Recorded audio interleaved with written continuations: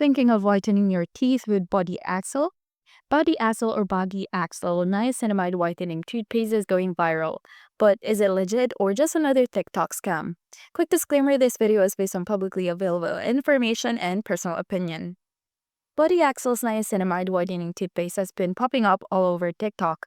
It usually goes for $29.99, but you can grab it for around $11.99 if you subscribe. The formula is fluoride-free, uses niacinamide, vitamin B3 to help with plaque and enamel support, and includes hydrated silica for general whitening. It's also got a fruity cherry white peach flavor and claims to be safe for sensitive teeth. Plus, they offer a 30-day money-back guarantee and show up a 4.8 over 5-star rating based on mostly 5-star reviews on their site. On Amazon, reviews are mixed. Some users say it works great and even noticed results after just a few uses. Others said it tasted good but didn't really whiten their teeth at all, even after a week or more. Over on Reddit, there's not much chatter, just a post titled Game Changer, with no replies, and on Trustpilot, nothing. So we're missing that third-party review layer to really back up the hype.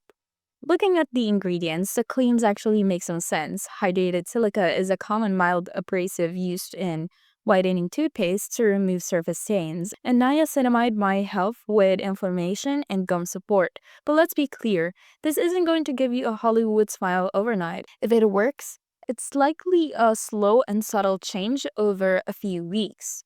So, is this a scam? No. The ingredients check out and the concept is legit, but is it going to give you blinding white teeth in a few days? Probably not. It's more of a gentle daily toothpaste that might help a bit over time. The lack of solid third-party reviews and the super low price might raise eyebrows, but overall it seems safe to try as long as your expectations are realistic. Now, if you found this video helpful, don't forget to like and subscribe. Thank you for watching and I will see you in the next one.